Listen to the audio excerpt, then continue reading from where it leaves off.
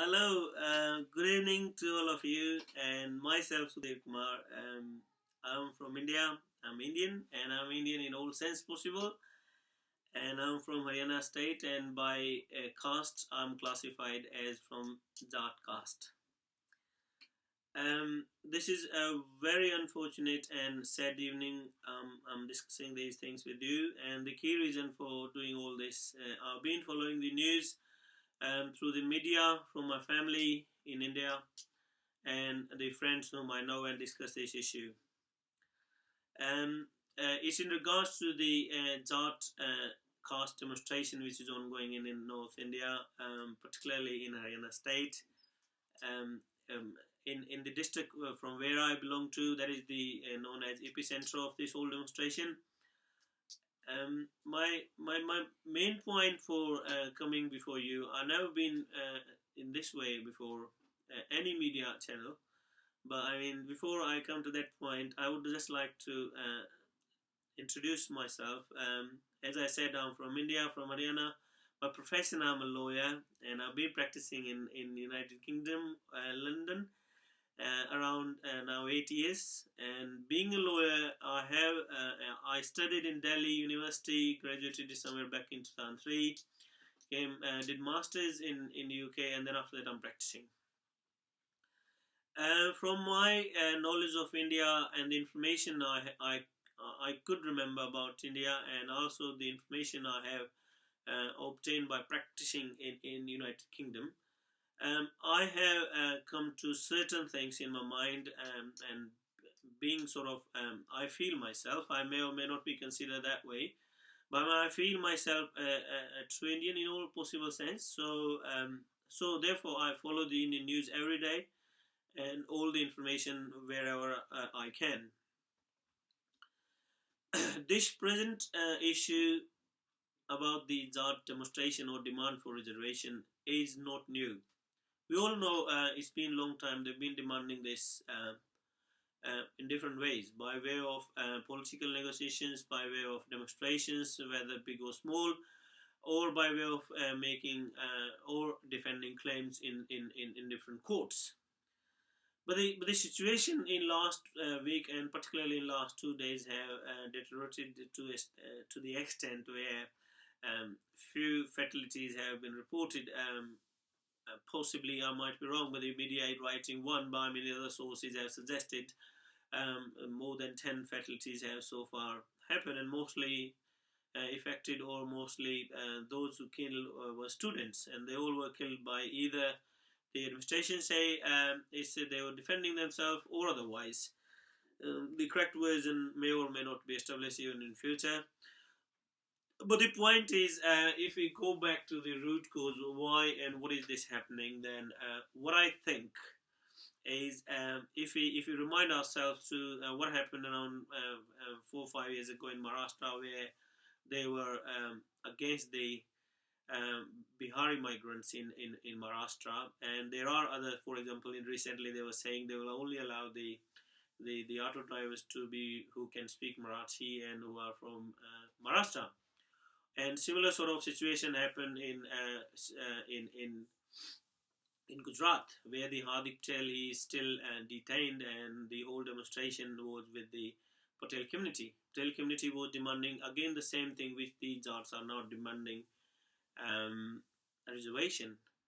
And now the third states in the from my information, there could be more, and I know the fact the Jats in Uttar Pradesh and Jats in Rajasthan and in Delhi, they are already in sort of reservation. I know this fact, but that's something which either by way of politically agreed or some other means that was agreed. But now this is a sole issue with the Jat community in Haryana. Um, how I understand from the knowledge I possess so far is this is something fundamentally wrong. This concept of reservation, uh, in terms of the basis on which this is being run at the moment. I'm not saying from my last sentence that the reservation is wrong. I mean, we know, we share a history where, due to the historical reasons, certain caste or certain group of people, they were in beneficial or advantageous situation rather than the others. So the others who were for historical reasons were not at the similar or same position, and they should be helped one way or the other. I mean, when this reservation was introduced, that time the caste could have been a suitable basis to identify the beneficiaries or who actually entitled for this benefit. But now the time has moved on, and it's around 67 years have passed since the Indian independence, and that also means the time has changed, and the economic standing of all our country and all our population has changed dramatically from one way or the other. So now, how I understand and how I think is, even the center or the states, the reservation work on both sides. We know that. So both levels, this should be replaced with the basis where the reservation is run on the basis of economic standing of or financial resources, a person, a family, or any group of sort of people they are possessing. For example, called as household, big or small.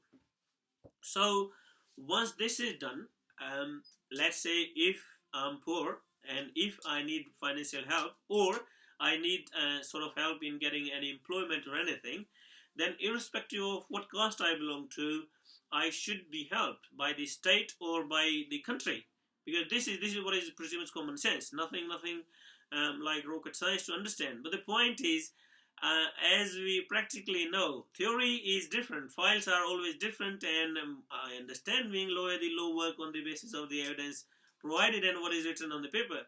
But I mean, aside from the lawyer, I'm also a human being, and I also know the correct position. Those who actually don't, I mean, with all due respect to everything, but all who don't deserve or who should not be helped are being helped by the system, and which is sad, and which is unacceptable, and which is the root cause of the agitation separate communities are demanding, be Marathis, be Patels, be Jaats, or be any other community. If if the reservation is the idea of reservation is run on the basis of financial standing of anyone, then I'm sure, so far as the knowledge I have, that this will give a satisfactory result and possibly a bright hope of um, future, or a good hope for our coming generations, where they can live in more reasoned, more fair, and more competitive, and more sort of optimistic world, or at least hope of optimistic world.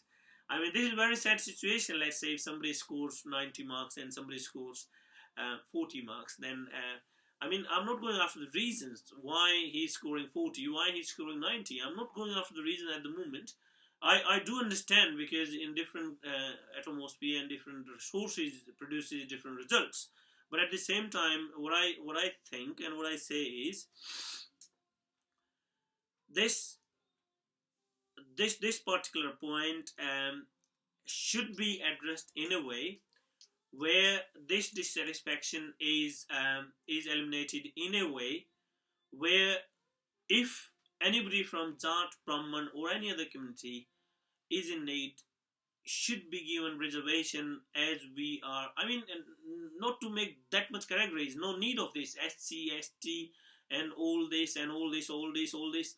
This is very simple. I mean, don't make it that complicated, where a lot of officers have a lot of political or a lot of, I mean, some other factors where they can affect the decision. Very simple. In India, throughout the Indian territory, if anybody is in need and can prove by the evidence which our system should be able to verify that he is below that line, then he should be helped, irrespective of the caste background or anything.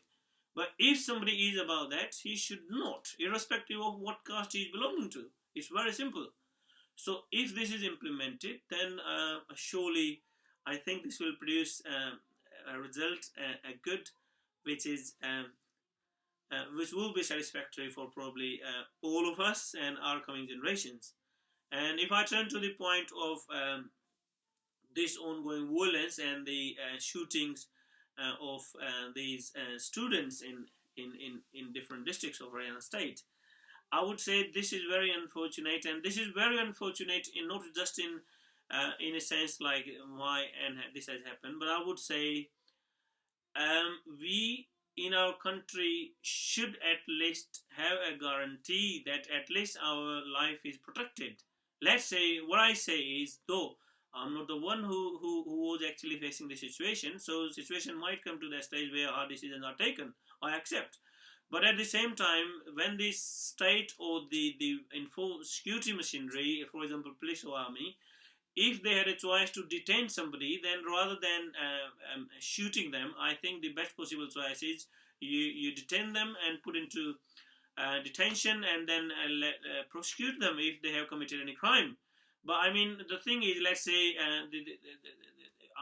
as I understood from the news, the police is saying they, in their defense, started the fire. But the situation is, we don't know who fired at the place, and if it was person X, then in response, if the bullet goes to person Y, then how does it work? Who might be just a follower, who might be anyone. So it doesn't make any sense. Let's say either the state should find the person who fired and he should be prosecuted. We have enough laws to prosecute him.